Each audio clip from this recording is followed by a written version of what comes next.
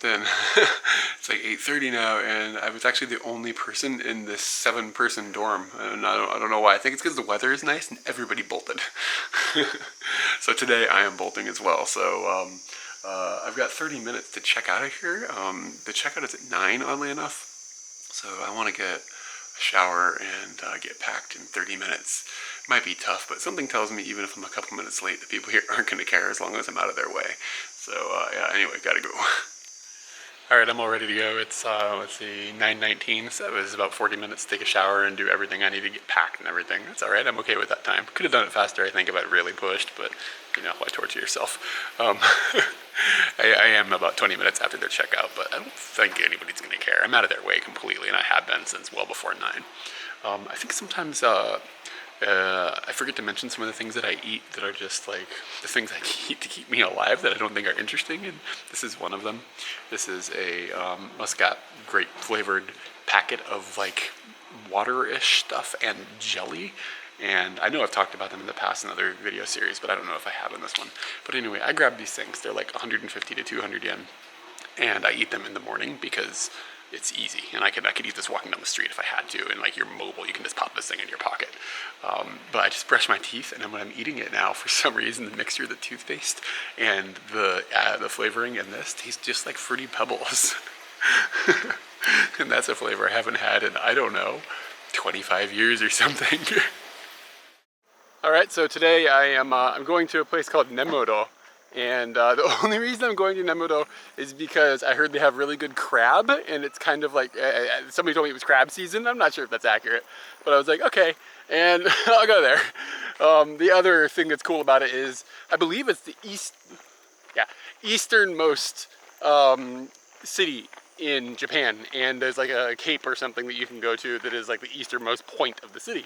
So that sounded interesting, yeah? So I'm going to head over there. It is, Google Maps said it was about, I don't know the distance, but it said it was about 2.5 to 3 hours, I think, by car. My check-in ends at my Airbnb tonight at 7 p.m. and it's about 10 a.m. It's before 10 a.m. So I don't think I have any problems here. So walking kind of in the direction where I'll find a ride, and then, you know, I got my sign. Got a pollination situation going on. Fat bumblebees are the best. I've walked a few kilometers and I'm now at the logical choke point leaving this town, where like every car that's going to be going to the town that I want to has to go through this area. So this is like the most intelligent place to be, but there's not very many cars going by because I think the only thing this direction is the town I'm trying to go to. So hopefully everybody going by is going that way, so somebody will eventually stop. That's my hope. So I've been standing here for not forever, but probably 20 or 30 minutes. I have shade, so it's really not that bad. But again, like there's hardly any cars going by, and there's an alternate route that I could take that would be, like if you had a car and you did this route, it would add like 2 or 3 hours, I think, to the total journey. But there's a lot more cars going in that direction, and my thought process being that maybe I could go that way and hop from town to town along that path and then make my way to my end goal. But I mean, it's a gamble, you know, like is here better or is that long route better, you know? I have no idea. There's a car coming though. So the other piece of the puzzle is that the alternate route that would be technically longer, it's like a touristy area, so there's a lot more traveling people going that direction. And the way that I'm going, just by judging the people that are driving by and stuff, these people are like going to work and like truckers and stuff like that. And I've had some luck with people that like going to work or whatever, but I've never had luck with truckers. And I'd say 80% of the vehicles going by in the direction I want to go are big trucks. So that and when you only get a car every like 5 minutes, that's a lot. That's not many cars going by. That's a lot of trucks, you know. So I don't know. I can always walk back to this intersection. It's not far from here, and hop up going the other direction. But I don't know when to make that call. Is basically what it comes down to. And I mean, it's a gamble. Like you never know. It's like fishing. Here comes another car. You know that feeling you get when you forget something, but you can't figure out what you forgot? Well, I just figured out what I forgot. Remember the umbrella that girl gave me my very first day hitchhiking? I've had it with me since then, and it's now at the hotel, and I'm no way I'm not going all the way back there to get it. Oh well. Kind of wish I had a yo-yo right now. All right, so I did the math to find out exactly, like realistically, how long it would take me to go if I went the route that was with more cars but a further distance, kind of out of the way. And it looks like it add about an hour of actual in-car time. And my assumption is probably that I would end up having to stop at the halfway point where the road kind of splits, and then from there hop another ride. So I mean, it could take me, you know, 45 minutes. Who knows how long to catch another ride. So it's still like a possibility to do that, but this is still like so much better. Like it's an hour shorter. And like the ride to the first town that I'm trying to go to that we're going to need to connect from, it's only 30 minutes from here. So, car.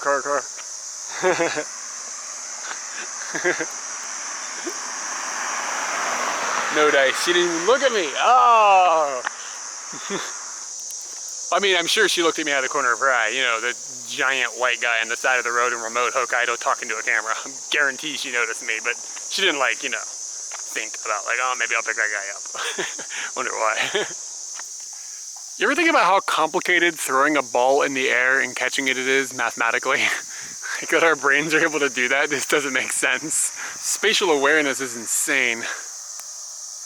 I like to add that it's even more hard to videotape yourself throwing a ball and catching it in the air. Alright. I've decided I'm going to try to go the other direction the longer way. It's dismal how many cars are going by, and I'm watching hordes of cars driving by on the other road at this intersection. So I think it just makes more sense to at least be moving. And I'm just sitting on board. If I had a yo-yo, I could probably put in another hour, but like right now I'm just like, God. Like just standing there watching cars go the opposite direction and cars going the direction like on that intersection that would get me sort of in the direction I want to go. So screw it. I'm just gonna go that way, and I mean it's a risk. Like I could get there, and maybe cars aren't going anywhere from there either. I mean I don't know what's gonna happen. I have no idea. So you know, flip the coin, see where the fish are. Things are looking up. I've changed the directions I'm trying to go here now, and it's like way more cars are going by. I'm already getting people smiling and stuff. Nobody even looked at me for like the whole time I stood on the other road and the few cars that went by. So I think this is gonna be a much better idea. But I'm still standing here. I probably waited 10 minutes, and then I caught a ride with a couple from Southeast Asia. The guy was from Singapore and she was from Indonesia. And we just cruised down the road, and it was fun to just speak in English with some people that had picked me up. That's the second ride I guess I've had where it was like basically native English speakers I was hanging out with. And now I am in the damn forest, son. Like, I have a general concern about getting eaten by a bear where I'm at this point. And there aren't too many cars going by, and I mean, I'm way out in nowhere. So I'm a little concerned. However, unlike where I was before, there's not another option. Like, this is the only way to go. So I don't have to sit here and go, man, should I be standing somewhere else? There's none of that going on. Like, there's only one road. Interestingly enough, in my entire trip, I saw another group of people hitchhiking. And it was a group, it was like 3 people with tons of bags, and like, I don't know, man. They looked like they were a little rough. They looked like they've been traveling a really long time. Like, this dude had like long dreads and a really long beard, and guy was, I wonder what their success rate is looking like, you know, backpacking, hardcore backpacking people. Because I mean, I'm like starting to think I need to shave. And that dude was like, I haven't had a shower in a couple months. So if he's getting around, maybe I don't need to shave. All right, it didn't take too long, maybe 10 minutes or something, and I caught a ride out of the bear forest. And we took this amazing drive that I'm really happy I got to do. So this detour totally works out. I took this amazing drive over this mountain range with these like beautiful mountains, and you could see the ocean and these clouds. It was just spectacular, really, really cool ride. And the people that picked me up actually live like 10 minutes from me in Tokyo. And they were just like shocked when I was like, oh, I'm from Otsuka. And they were like, what? And like, we have this cute little train line that runs between our 2 towns, like in Tokyo. We were just talking about that, and like, they were really cool people, really nice, and they're just up here for a few days. But I'm at where I am, I'm on this like northeastern tip of Hokkaido on this peninsula, and going over that mountain range brought me to, bang, the ocean. So I'm at the other side of this peninsula, and it's just good to see the ocean. I love the ocean, yeah? But I have 140 kilometers left to try to cook today, and it's like 2 o'clock. So I'm gonna get moving now. My original plan was to actually come to this little town that I'm just skipping through now, because I had met a girl and she told me this was a really cool place, and you can actually, if you're here, you can see whales apparently. That just seems incredible. And I'm gonna wager to bet there's onsens here because it smells like eggs here. So there might have been, like, you know, some foot baths and whatnot, but the weather did not work in my favor, so I'm just gonna be skipping through. But man, I wanna see a whale, like what? That'd be amazing. So the town I'm aiming for now is the same town I was aiming for where I didn't get any success earlier. And I'm starting to wonder if this town is just a black hole, like there's nobody going there or something. Because I've walked quite a ways again, not ridiculous, maybe 2 kilometers, and I'm still getting absolutely no success here. So, I don't know, maybe it's just nobody goes there. I don't know what to do. But there's a convenience store coming up and I'm starving. So I'm gonna go in there and get me a rice ball or something. All right, I made it to the black hole town, and now I've got to make it another like 100 kilometers or something, and it's almost, I think it's like 3:45 or something, and the check-in at my Airbnb ends at 7. So I'm getting a little worried, and so I just rode with this woman in her 20s, like 25 or something like that, I don't know. And she was like, dude, you're not gonna get a ride out there from this town. Like, she was like, nobody goes out there. So I don't know what I'm gonna do, so I'm just gonna try and walk and then hope I don't get eaten by a bear or a whale. Like whales are now in the picture. Yeah, so my goal is Nemuro up there, and I have written a taco on my sign with the assumption of getting to that point because it is at a crossroads where it goes towards Nemuro and then another place. And I think that if I write that on my sign, a lot more people will be going that far. And then from there, hopefully I'll be able to jump to Nemuro. That's my guess. I don't know. We'll try. In good news, I found some jelly beans in my bag I forgot about. This building says Kumagaya on it, which seasoned veterans of our videos will know we lived in a place called Kumagaya at one point. You can see these hoses pumping this water out from where this house is sitting. It looks like it flooded because of the rain. That's a bummer. Bad news, I'm out of jelly beans. Good news, the view. Well, there aren't very many cars coming by and it's pretty worrying. However, my pony dreams have come true.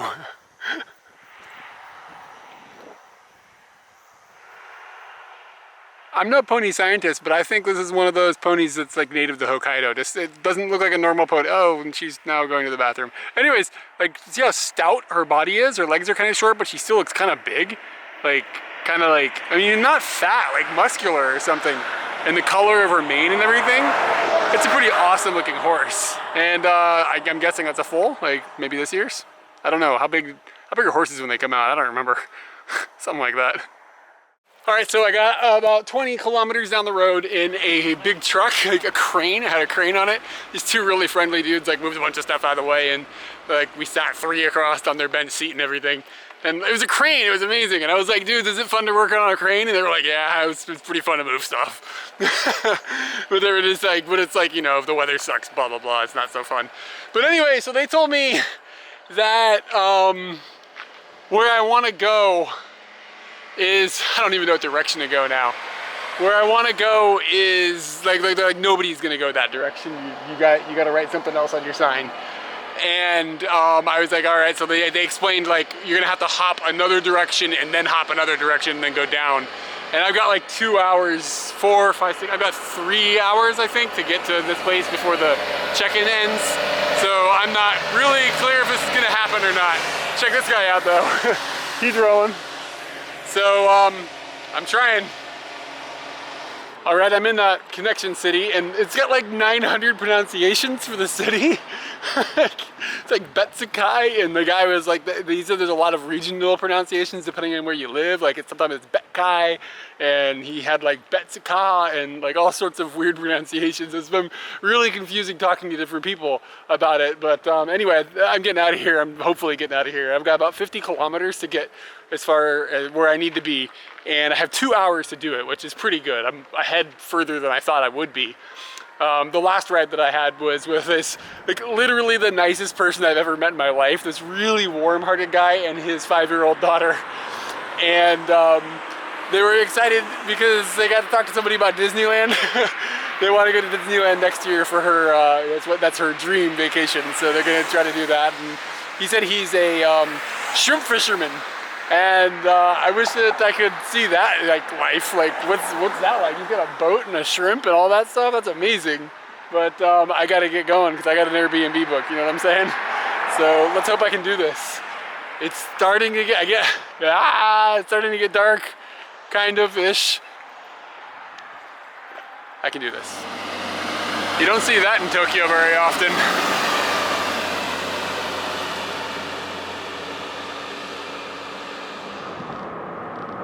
All right, I'm in Nemuro now. I'm in my goal town, and I've got 30 minutes to find internet and then message the lady from Airbnb that I'm here so I can check in, and then after that at 7 o'clock and I become rude.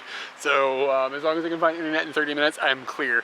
I can't believe this worked out. I just rode with these two ladies, and they took me all the way to basically, I'm staying like somewhere in this very close vicinity, and they just dropped me off, and they're going to like a kimono convention or something. It wasn't really clear, but the lady was like, it was her hobby. Kimonos was this lady's thing, and she was really cool. And of note, it was the first time I've been in a car that was a manual shift. And the lady that was driving it was like really soft-spoken and like this really like warm like personality and like kind of almost, I want to say, dainty and like in a good way. I mean that like complimentary. And she's driving a stick shift like pretty aggressively. It was really cool. I was like, this is awesome that you're driving this thing. So anyway, I'm looking, now I gotta find a convenience store. Find a convenience store, I find internet, I find my Airbnb. I can't believe this worked out. I was in the car and I was like thinking about what the map looks like from today, and it probably looks like one of those Looney Tune cartoons or something when they draw a map and it just squiggles like all over the place. That's what I feel like I've been doing today. All right, I interneted, I messaged the lady, and now I'm walking there. And I have 15 minutes to get there. And it looks like it's probably about a 16-minute walk. So damn it. I really wanted to get there like under the gun, but I think the lady's understanding of the situation, so I don't think it'll be like a huge problem or anything. But it was just this, you know, this goal I had for myself that it would have been fun to make. But hey, it's not over. Maybe I'll make it. 7 o'clock. I'm a block away. Damn it. It's so funny how that can work out, like how far I have gone with so many weird twists, and it only ended up being a block away from being on time. I'll be there in 2 minutes easily. Of course, the real challenge is figuring out what building it is, because as usual, no addresses. Sorry about the light, y'all. I found the place and I walked in the door at 7:02. The lady was really, I mean, she was cool. She understands the situation. She was totally fine with it. And we chatted for probably 45 minutes.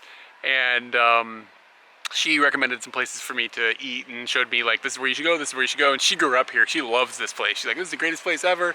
She went to elementary school around the block from the place I'm staying at, which is I think her house or maybe her old house.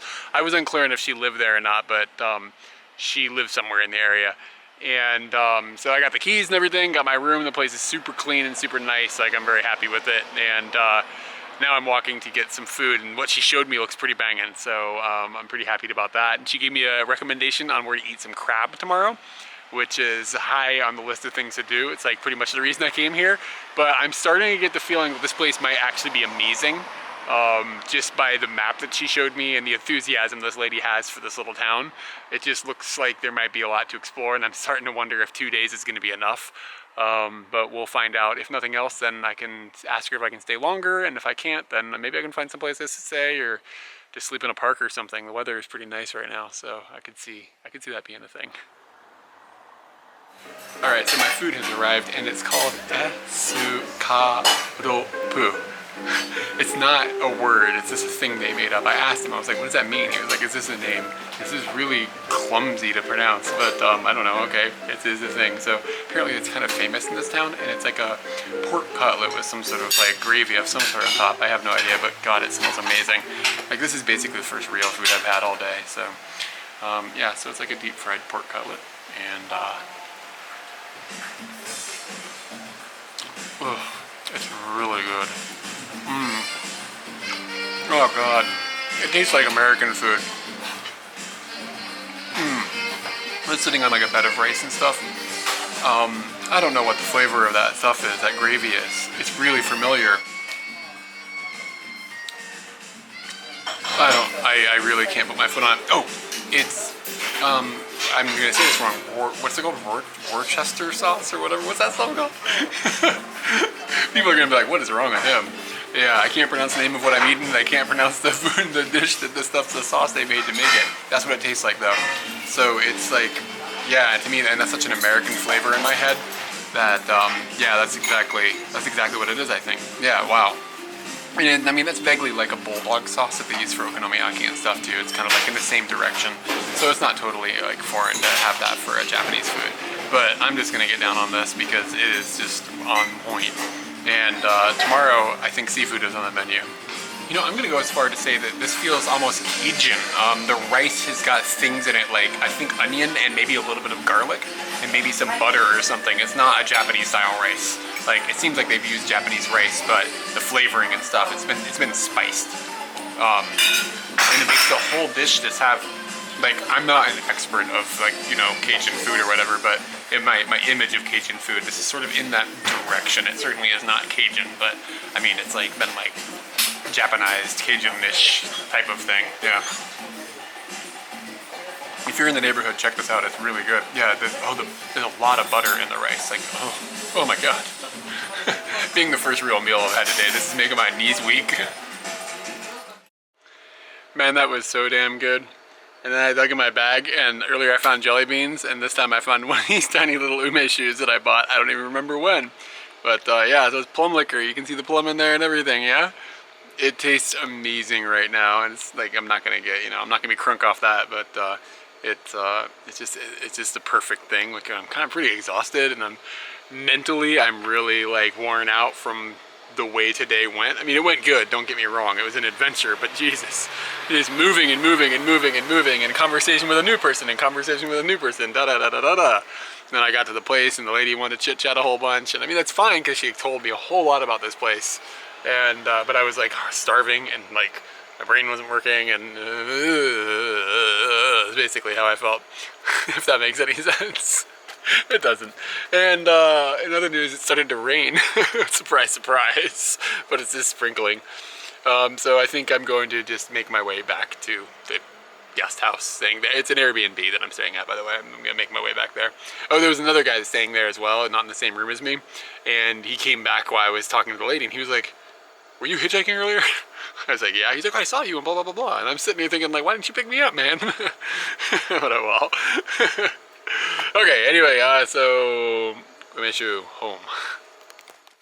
Alright, I'm back. It's 9:30, and on the way back I realized I was still hungry even though I'd had that thing, so I dipped into a convenience store. I got some Doritos, and this says that it's spicy curry flavor, so it's like Indian curry flavored Doritos, and I've never seen it before, so as always, if I've never seen it before, I'm gonna try it. Good. Doritos barely ever miss though, they're almost always amazing. It's a little sweet when it goes in. But yeah, it's starting to burn the back of my mouth, like in a fun way. That's damn good. Doritos are so good. I've also taken a moment and looked at my my intended path today, which was, I'll take screenshots and I'll overlay those in so everybody can see. My intended path today was 148 kilometers, and you can see it here, and that's a pretty, you know, direct route as much as you can from the northern part of Shari down to Nemuro, where I am. The path that I ended up taking was slightly more complex.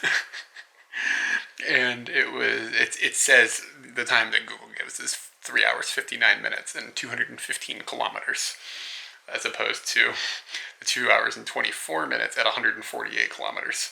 So yeah, the path that I took was more difficult. Let's just put it that way. But I got to see that amazing mountain range, and I met a lot of cool people today, so it wasn't a total wash. I'm just wiped out right now, so I think I'm going to give Katie a call, and then I'm going to sleep. Hey everybody, that was hitchhiking number 17, I think. I'd have to look it up right now. I think it was 17, right? And so this was the trip that I took from Shari down to Nemuro, and was, I don't know if I want to say it was the most difficult day that I had on the entire trip. It was the most challenging, I think, aside from when I lost my wallet. But I meant more like along the lines of like the actual hitchhiking aspect was challenging, because it was just difficult to like get a ride and then have to change my route, and I didn't really have to do that any other time. So it just became a thing where it taught me that the hardest thing about hitchhiking in Japan is if you're going someplace where there's no cars. Your success rate goes down the tubes real fast if there's just nobody going that direction.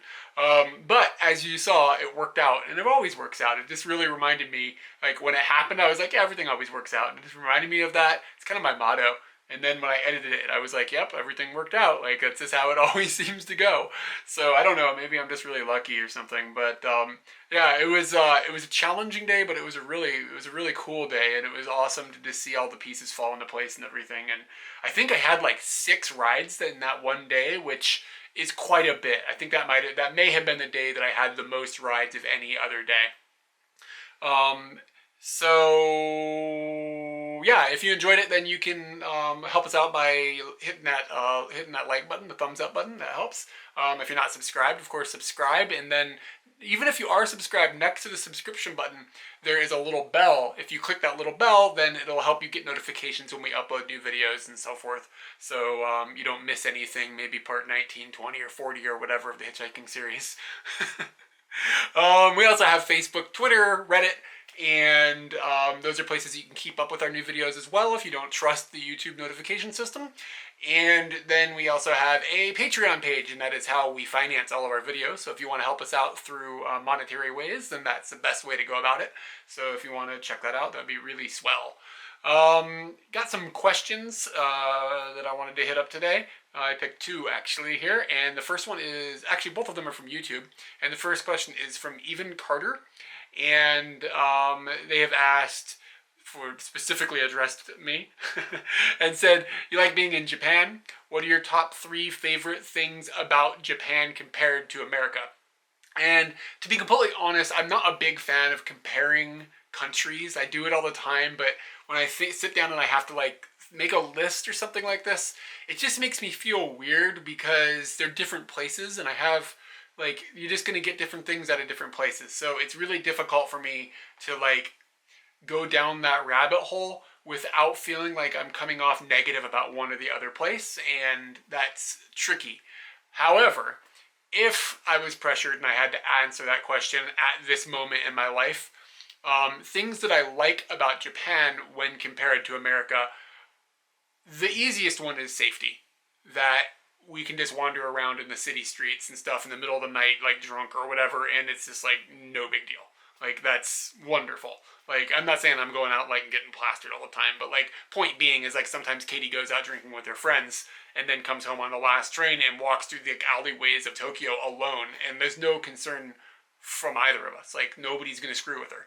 So like, things like that, just like the concept. I was talking to a friend today actually about this, that lives in America, and just the concept of a bad neighborhood. Just, it doesn't even like process, like to think of, oh, you can't go to that neighborhood, like you're gonna, you know, something bad's gonna happen to you. Like, the worst you get is some places where people will try to take you into a club and then, like, you know, swindle you out of money, and you just don't go in their club and you're all right. Like, nobody's gonna like stick you up with a knife point or something like that. So one is safety. That is unparalleled, and it is absolutely wonderful. Number 2, probably the train system. I know there are some subways and stuff in the States and you know they function, etc., etc. But there's nothing like the system they have here. It's amazing. It's clean. It's reliable. It's super safe. And if you're within the Tokyo area, it's affordable. If you go long distances, it gets pretty expensive. Like, it should never be more expensive to get in an airplane and fly through the sky than ride on some rails, but they figured out a way to make it more expensive. So, long distance stuff isn't so affordable, but it is amazing. Technologically, it's amazing. It's wonderful. So the train system. And the third thing I think might be a bit of a surprise to some people. We get a lot of people that are always asking us like, oh, what foods do you miss? Or like, you know, from America, or, oh, I'm sure you miss this, I'm sure you miss that. To be completely honest with you, after so long here, I don't really crave food from America at all.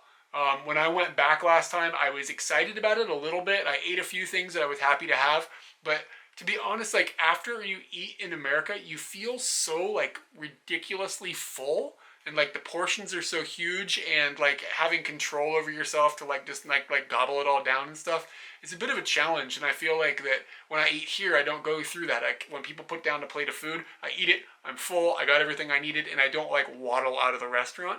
And there's something about that overconsumption that I feel like takes place in America that sort of is a turn off, man. I guess that's the best way I can put it. So when I think about American food, I'm just like, like, okay, it's okay, like, I don't know. But if I ever go back to America, and I hope I've had that opportunity, then Katie would be with me as well. If we're on a trip or something like that, we can just go to a restaurant and we can order one meal and split it in half, and that would probably solve this problem. The problem was last time I went to America, I didn't go with Katie, so I was on my own to like gobble down all these huge burritos and everything. Maybe that's more of a commentary about myself than it is about America. But yeah, and the food in Japan, I just like it. I think it's really good. There's some things they don't do well, but there's a lot of things they do really, really well. So it's a bit of a trade-off.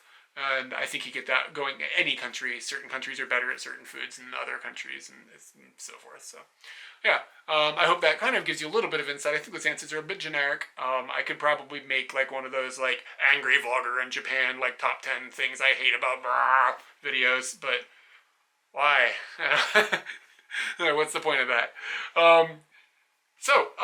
Next question is from Amanda, and she asks me specifically as well. Have I met any fellow YouTubers in Japan? And the answer to that is yes, and only yes as of recently. I went on a trip that was arranged by another YouTuber to spend a weekend with some dudes in the woods, basically. And the people on that trip that I met, off the top of my head, Albo from Drift Hunter, Greg from Life From Where I'm From, I think his name of his channel is. He's got a really cool channel with his kids showing like what their life is like in Japan. Albo's videos also from Drift Hunter are just like look it up, it's crazy. Just drifting cars for real, and it's not like on a track. It's bonkers. Chris from abroad in Japan was at it. Really funny guy, really fun to hang out with. I actually might hang out with him this weekend, but I'm not quite sure quite yet. Joey from Anime Man, he actually lives in Japan now. I think he's from Australia, right? But he recently moved to Japan, and he's really fun. And he has a very successful YouTube channel. Alan from My Life Japan, My Life Japan, Alan from My Life Japan, also a very nice guy.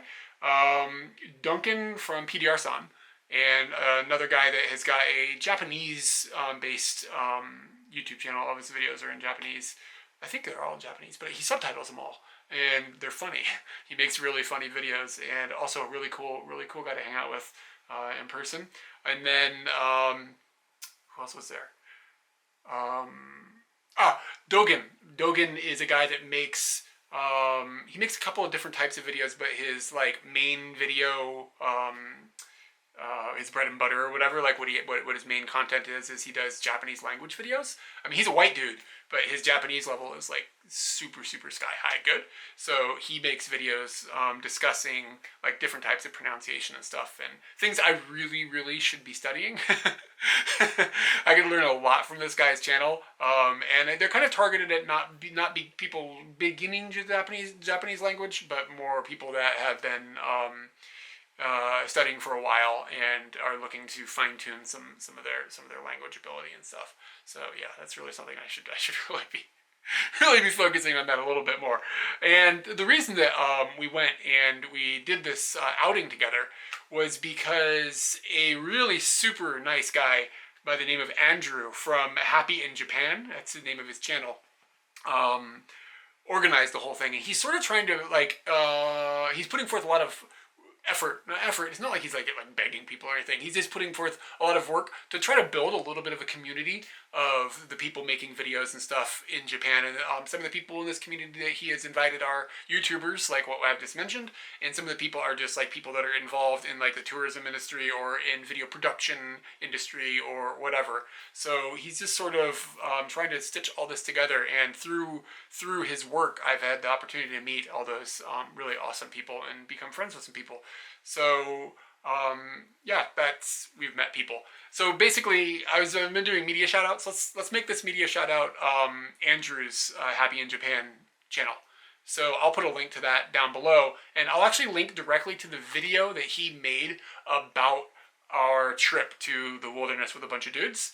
And in the description of his video, you'll be able to see links to everybody else's videos as well, and everybody else's channels that went on the trip. So if you're interested in finding some new Japanese-based video peoples, then that would be a good place to start. And Andrew's channel, he makes videos that are more professional than our videos. Like, he knows how to use cameras and like knows how to edit and stuff, like kind of all this like stuff that I don't really like. I fake it. I think I'm able to produce something that is watchable, but he is making things that are like, let's put it this way, he got a job recently from making videos in the style that he makes. So he has very beautiful videos, and he's been all over Japan and stuff. So yeah, so that'll be my media plug. That worked out really nice, and I hope you can find somebody else you enjoy. And let's see, things in the future, more hitchhiking. I'm not sure. I have to talk to Katie. I don't know if she has any more videos that she will be shooting in America. We talked about some things, but I don't know if she's going to have time. She's been quite busy. And Borneo stuff is going to keep rolling. We have the Hong Kong stuff we're shooting in the future. I've got a video surprise for Katie she doesn't even know about, and I can't tell you guys either. And I actually shot a video over the last 3 days. I'll tell you where I went. I went to Chichibu, and the video is going to be very different from anything we've done in the past. And I'm really excited to edit it and see what everybody thinks of it. Because I feel like I've had a pretty good creative spark on this one, and I hope it goes over well. So anyway, I hope everybody sticks around and enjoys everything. Thanks, everyone.